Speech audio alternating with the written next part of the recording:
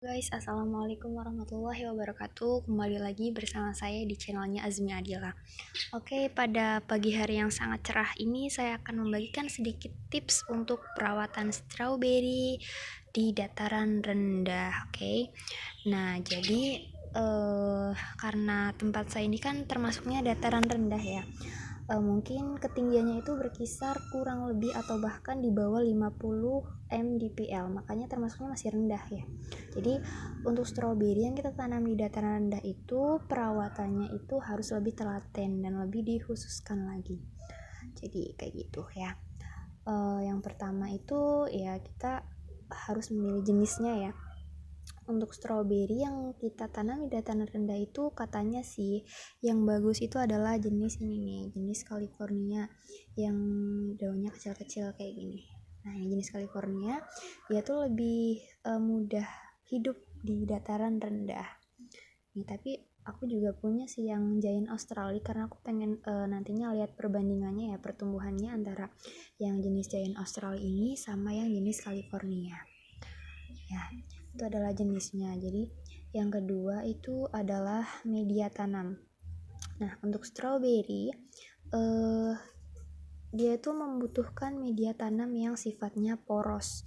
Nah, jadi poros itu apa? Poros itu adalah media tanam yang berongga atau berpori. Apa sih maksudnya tuh? Poros itu dia tuh bisa menangkap atau memasukkan nutrisinya seperti sinar matahari, terus juga oksigen ke dalam media tanam. Jadi kayak gini. Ya, itu poros. Terus poros juga dia tuh tidak padat ya. Kan kalau misalkan kita pakai tanah itu kan lama-kelamaan jadi padat ya.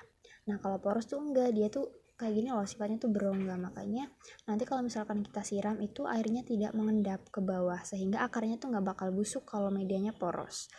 Tuh, makanya kita harus pakai media poros. Nah, untuk medianya ini aku pakainya arang sekam atau sekam bakar ya. Jadi sekam itu adalah bekas ini loh, kulit padi ya. Jadi aku ambil dari tempat penggilingan padi yang udah nggak dipakai itu loh.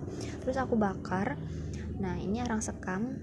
Terus aku juga pakai tanah tanah kompos atau tanah pupuk kandang juga boleh yang sudah difermentasikan.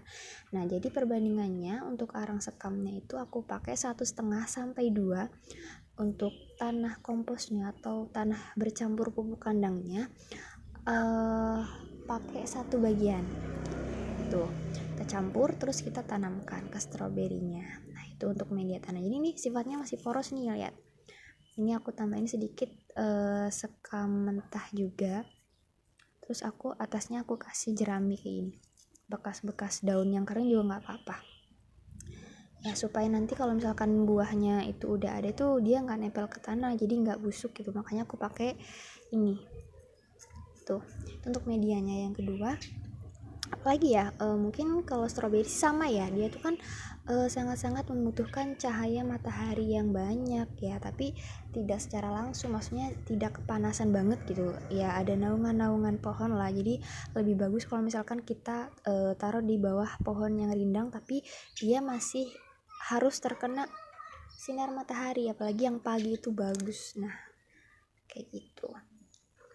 Tuh, cahaya matahari harus kena ya, makanya kalau musim hujan tuh harus hati-hati, jangan sampai tanaman stroberi kita terkena air hujan sehingga nanti bisa busuk. Nah, itu cahaya matahari. Yang ketiga, yang selanjutnya, selain sinar matahari, ternyata stroberi juga dia sangat membutuhkan air ya. Jadi yang di dataran rendah nih, kita tuh harus wajib hukumnya menyiram si stroberi ini 2 kali dalam sehari. Nah, kalau aku ini siram pagi dengan sore. Tuh, aku pagi siram dan sore. Terus selanjutnya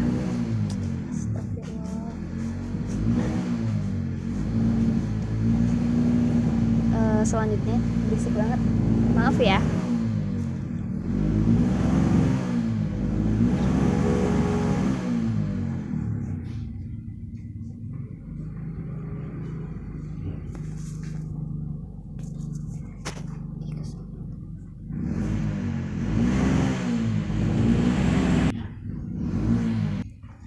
Ya, jadi aku siram 2 kali dalam sehari, pagi dan sore.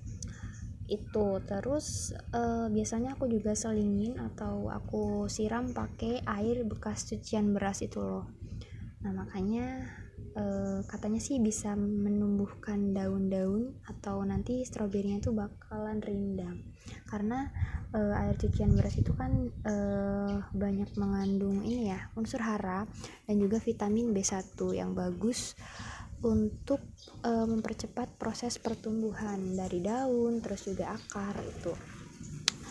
Tapi kita juga nggak boleh setiap hari siram pakai air cucian beras. Aku biasanya siram itu sekitar 2-3 hari sekali itu.